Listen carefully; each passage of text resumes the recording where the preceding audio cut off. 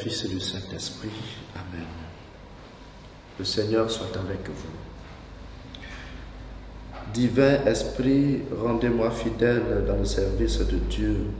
Donnez-moi la force d'agir dans toutes les occasions avec bonté et bienveillance, douceur et fidélité, patience et charité, joie et longanimité. Évangile de Jésus-Christ selon saint Jean. En ce temps-là, Jésus disait à Nicodème, « Il vous faut naître d'en haut.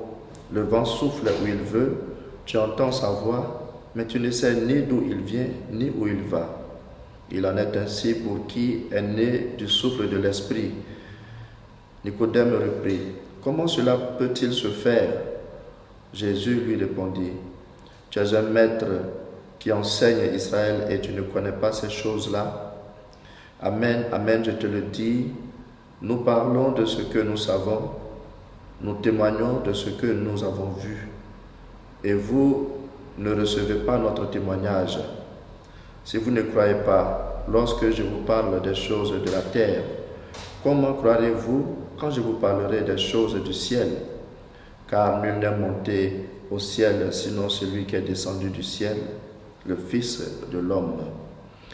De même que le serpent de bronze fut élevé par Moïse dans le désert, ainsi faut-il que le Fils de l'homme soit élevé, afin qu'en lui tout homme qui croit ait la vie éternelle. Acclamons la parole de Dieu. Frères et sœurs en Christ, nous continuons notre petite méditation sur la rencontre entre Jésus et Nicodème, même si nous savons bien que nous n'avons tiré que quelques leçons de ce passage si riche. Arrêtons-nous sur deux expressions de l'évangile d'aujourd'hui. Aujourd'hui, comme à la fin de l'évangile d'hier, Jésus invite Nicodème à naître d'en haut. Naître d'en haut, qui veut dire recevoir l'Esprit Saint qui nous donne la vie divine et se laisser guider par lui. On devient disciple parce que l'Esprit souffle là où il veut et fait de tous des chrétiens. Les réalités d'en haut deviennent alors notre souci majeur. Rechercher les réalités d'en haut. La deuxième expression que nous méditons est celle de l'élévation du Fils de l'homme, comme le serpent de bronze au désert, pour nous donner la vie éternelle. Bien-aimés, nous sommes encore en train de célébrer la Pâque, où Jésus ressuscité a été élevé pour nous accorder le salut. Cette élévation signifie obéissance à la mission du Père, sacrifice et amour des hommes.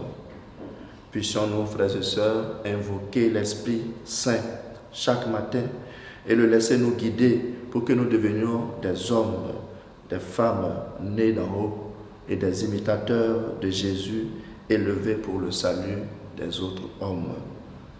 Amen. Et que Dieu Tout-Puissant nous bénisse, le Père, le Fils et le Saint-Esprit. Amen.